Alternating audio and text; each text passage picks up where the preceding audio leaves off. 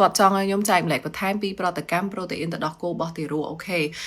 ពាក្យអង់គ្លេសឬក៏ពាក្យបច្ចេកទេសយើងប្រើថាខោមៀប្រូតេអ៊ីនអាឡែស៊ីកូនរបស់ខ្ញុំក៏មានដែរប៉ុន្តែគាត់មានតាំងពីដំបូងហ្មងដោយសារតែមួយខែពីរខែហ្នឹងគឺប៉ះទៅដល់គោគាត់បានហ្មងប៉ះទៅគឺគាត់ក្អួតមកវិញប៉ះទៅគឺគាត់ក្អួតមកវិញអញ្ចឹងសញ្ញារបស់គាត់គឺក្អួតហ្នឹងអញ្ចឹងបានខ្ញុំនៅបន្តអំបៅ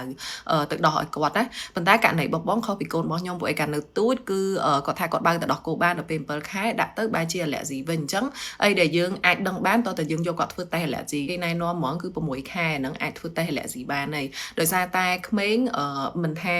ក្នុងខែទោះបីចូលដល់ឆ្នាំក៏អារឿងអាឡែស៊ីហ្នឹងវាប្រែប្រួលទៅតាមនឹងដែរអញ្ចឹងជួនកាលអ្នកខ្លះគាត់ពីក្មេងគាត់មានអាឡែស៊ីជាមួយចំណីហ្នឹងឬក៏ប្រូតេអ៊ីនហ្នឹងឯងប៉ុន្តែដល់ពេលគាត់អាយុច្រើនទៅគាត់ចាប់ផ្ដើមចេញអាឡែស៊ីអញ្ចឹងបានដើម្បីច្បាស់ហ្មងគឺយើងត្រូវធ្វើតេស្តអាឡែស៊ីណាប្រសិនបើក្នុងករណីថាគាត់ពិតជាមានគេហៅថាខោមៀប្រូតេអ៊ីនអាឡែស៊ីហ្នឹងមែនខ្ញុំលើកទឹកចិត្តថាបងកុំតន់ភ័យដោយសារតែខោមៀប្រូតេអ៊ីនអាឡែស៊ីជាទូទៅគេ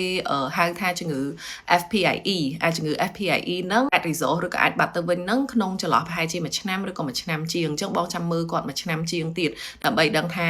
គាត់បាត់សញ្ញាអាឡែស៊ីនៅឬក៏ប្រសិនបើបងអត់អស់ចិត្តបងអាចយកគាត់ធ្វើតេស្តអាឡែស៊ីហ្នឹងហ្មងទៅប្រសិនបើតេស្តអាឡែស៊ីទៅឃើញថាគាត់អាឡែស៊ីជាមួយនឹងខោមៀប្រូតេអ៊ីនហ្នឹងមែនគាត់ជៀសខោមៀប្រូតេអ៊ីនហ្នឹងប៉ុន្តែតេស្តអាឡែស៊ីវាជួយយើងមួយដោយសារក្មេង7ខែ8ខែគឺគាត់ចាប់ផ្ដើមញ៉ាំគេហៅ solid food ញ៉ាំអាហាររឹងអញ្ចឹងនៅក្នុងតេស្តអាឡែស៊ីហ្នឹងយើងមិនមែនមើលតែខោមៀប្រូតេអ៊ីនអាឡែស៊ីទេយើងមើលពពួកគ្រឿងសមុទ្រយើងមើលសាច់មាន់យើងមើលពងមាន់ពងទាអីអញ្ចឹងព្រោះអីក្មេងប្រសិនបើគាត់មានសញ្ញាអាឡែស៊ីជាមួយរបស់អីមួយឯងគឺគាត់អាចនឹងអាឡែស៊ីជាមួយរបស់អីផ្សេងទៀតដូចជាសណ្ដែកដូចជាណាត់អីផ្សេងអញ្ចឹងណាអញ្ចឹងប្រសិនបើយើងធ្វើតេស្តក៏យើងអាចដឹងដែរនៅពេលដែលយើងចាប់ផ្ដើមអាហាររឹងឲ្យគាត់យើងអាច selective បានយើងអាចរើសឲ្យគាត់បានកុំឲ្យគាត់ដូចថាញ៉ាំតែពីអញ្ចឹងទៅដល់ពេលដែលគាត់ធ្វើទុកអាឡែស៊ីប្រសិនបើស្រាលអត់អីទេប៉ុន្តែបើធ្ងន់ធ្ងរអាហ្នឹងយើងរៀងពិបាកដែរត្រូវដឹកទៅពេទ្យទៅអីចឹងណា